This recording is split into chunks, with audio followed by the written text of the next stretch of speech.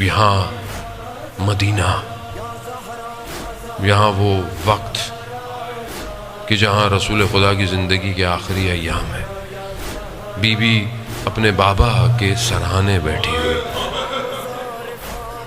آخری وقت ہے رسول خدا کا، اور ظاہر ہے مائیں بیٹیاں باپ کے جنازوں پر زینت ہوتی ہیں۔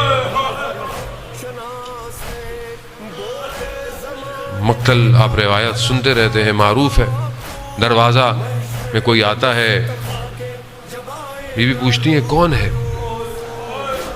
کہاں بڑی دور سے آیا ہوں، رسول خدا کی زیارت کرنی ہے۔ بی بی فرماتی ہیں ابھی طبیعت ٹھیک نہیں ہے، ان کی صحت اچھی نہیں ہے، بعد میں آئیے گا۔ تھوڑی دیر پھر گزرتی ہے، پھر دق الباب ہوتا ہے، بی پوچھتی ہے کون ہے؟ کہاں بڑی دور سے آیا ہوں۔ کہا میں نے کہا ہے نا کہ ابھی حالت مساعدت نہیں ہے۔ تیسری دفعہ جب دق الباب ہوتا ہے تو رسول خدا فرماتے ہیں بیٹی جانتی ہیں کون ہے؟ کہتی نہیں بابا۔ کہا بیٹے ملک الموت ہے، آپ کے احترام میں وہ یہ مصائب کافی ہیں، آپ کے احترام میں اجازت لے کر اندر آنا چاہتا ہے۔ اس سے بڑا اور کیا غم ہے، اس سے بڑے اور کیا مصیبت ہے کہ ملائکہ پوچھ کے آتے تھے۔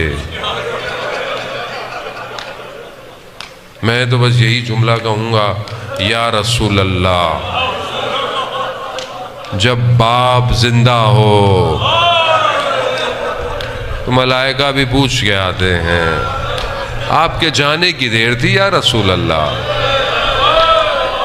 امت بغیر پوچھے آئی ہے، اور نہ صرف آئی، لکڑیاں بھی لے کر آئی، دھمکیاں دی جا رہی ہیں۔ بی بی نے بہرحال اپنی حجت کو تمام کیا۔ عزیزان محترم، خدا آپ کو کسی غم میں نہ رولائے سوائے غم حسین کے اور اہل بیت کے۔ بی بی نے اپنی حجت کو تمام کیا۔ بی بی نے کہا کہ تم نہیں جانتے میں کون ہوں؟ اللہ، کہ شاید یہ بھول گئے ہوں، شاید یہ بھول گئے ہوں کہ میں کون ہوں۔ کہا کون؟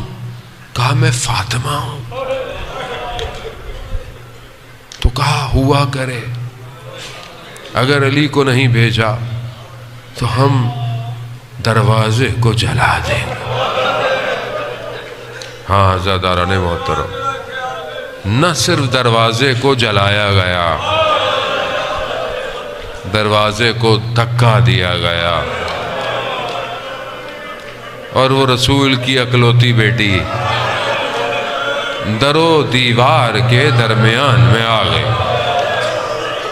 بس اسی حالت میں زبان حال بھی ہے، بہرحال مقتل کے جملے ہیں کہ بی بی نے کہا یا اباتا یا رسول اللہ، مگر میں یہی کہوں گا کہ یا رسول اللہ، آپ نے امت سے اجر مانگا تھا، یہ امت نے اجر دیا آپ کی رسالت کا۔ بس عزیزان محترم، امام کو لے کر چلے گئے، اور حضرت محسن اسی اثنا میں شہید ہو گئے۔ بے ہوشی کی حالت ہے۔ میں بڑے احترام سے مصائب پڑھ رہا ہوں کیونکہ بہرحال جملے بڑے سخت ہیں مصائب کے۔ جب بی بی کی نے ہوش دوبارہ آئی تو جناب فضت سے پوچھا کہ ابو الحسن کہاں ہے؟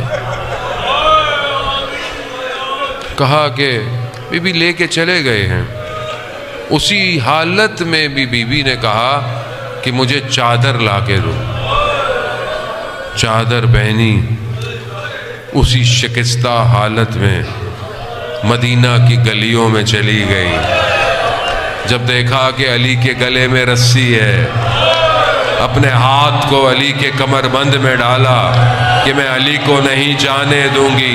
عزاداران محترم، انہوں نے بڑی کوشش کی کہ یہ ہاتھ چھٹ جائے، مگر جب ظالموں نے دیکھا کہ یہ ہاتھ چھٹتا نہیں تو وہ ظلم کیا کہ میرا چھٹا امام فرماتے ہیں کہ اس غلاف کی ضربتوں سے ہاتھ میں ایسے زخم آئے کہ ہماری جدہ شہید ہو گئی۔ عزاداران محترم، امام کو لے کر چلے گئے، مسجد نبوی میں پہنچے، جب تلوار کو علی کی گردن پر رکھا، بی بی باہر پہنچ گئی۔ بی بی نے کہا کہ میں بالوں کو کھولوں گی، میں خدا کی بارگاہ میں بد دعا کروں گی، یہ کہنا تھا۔ مسجد نبوی کی دیواریں بلند ہونا شروع ہوئیں۔ حضرت علی نے فوراً سلمان فارسی کو کہا، سلمان جاؤ فاطمہ سے کہو کہ بد دعا نہ کرے، رسول خدا کی محنت جاتی ہے۔ بس میں یہ کہوں گا، بی بی بیٹھی رہی جب تک علی کو چھوڑا نہیں گیا۔ میں کہوں گا، یا سیدہ آپ تو علی کو لے کر چلی گئی، لا یومو یومو کا ابا عبداللہ، ارے آپ کی بیٹی چند قدموں سے دیکھتی رہی